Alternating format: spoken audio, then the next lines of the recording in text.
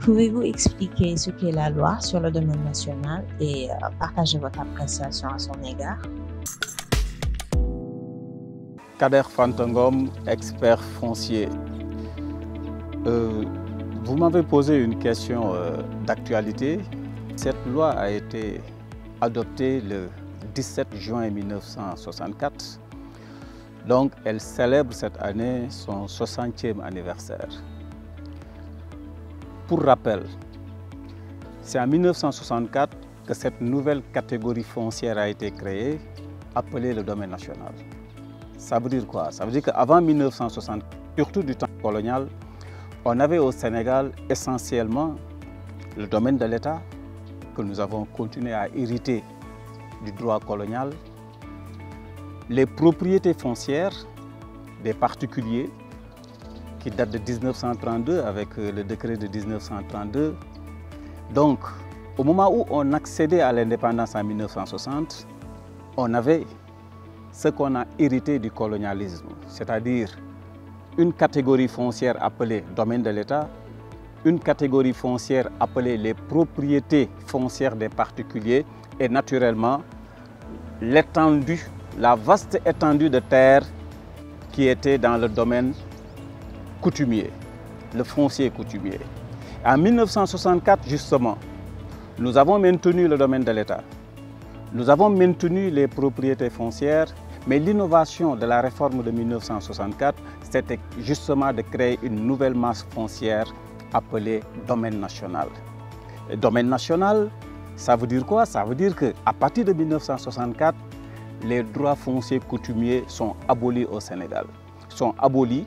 Et maintenant, désormais, la gestion de cette masse foncière est confiée aux collectivités territoriales. On parlait à l'époque des communautés rurales.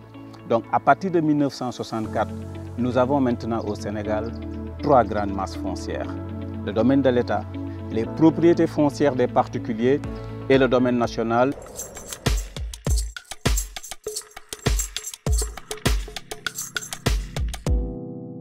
Cette loi 64-46 du 17 juin 1964, si on devait l'apprécier aujourd'hui, elle traîne des anachronismes, c'est vrai, mais c'est une loi qui a également beaucoup d'avantages.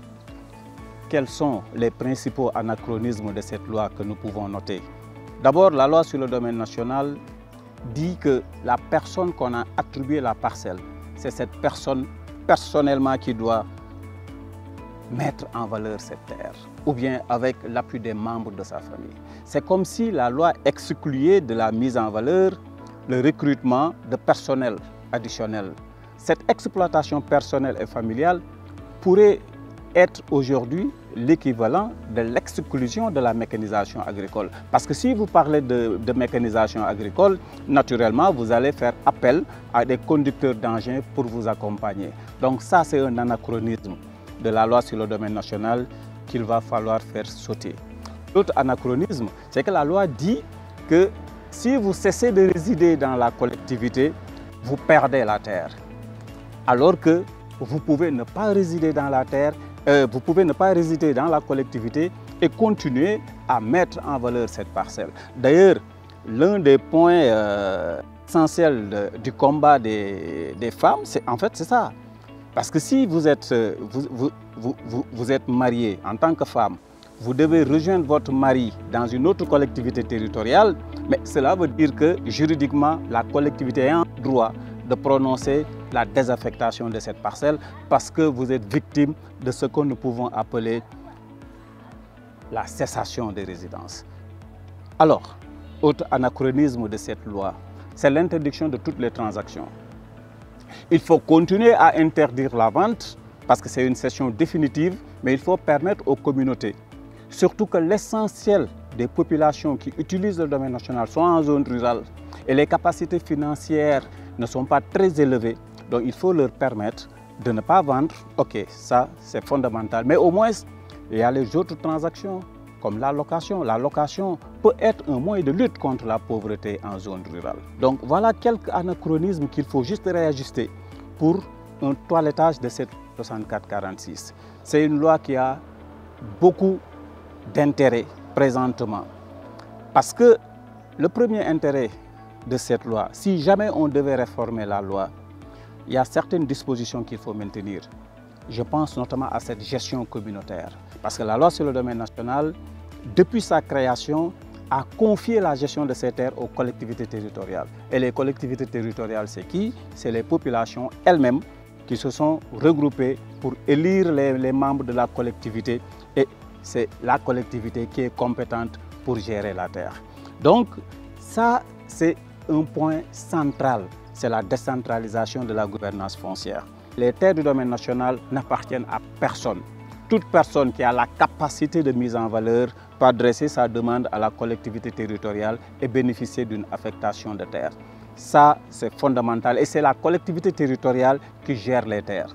Ça veut dire quoi? C'est-à-dire que c'est un démembrement de l'État qui gère les terres en respectant naturellement le cadre juridique et constitutionnel sénégalais.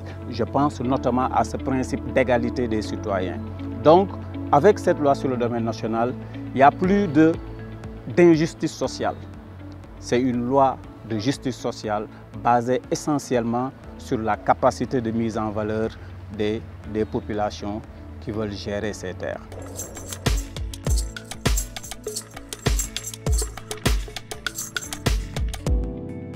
Vous voyez, vous entendez très souvent ces temps-ci, surtout ceux qui veulent réformer la loi, qui proposent qu'on enlève le droit d'usage confère la loi et de remplacer ce droit d'usage par le droit de propriété. Si on fait ça sur toutes les terres du domaine national, ça sera une catastrophe au Sénégal.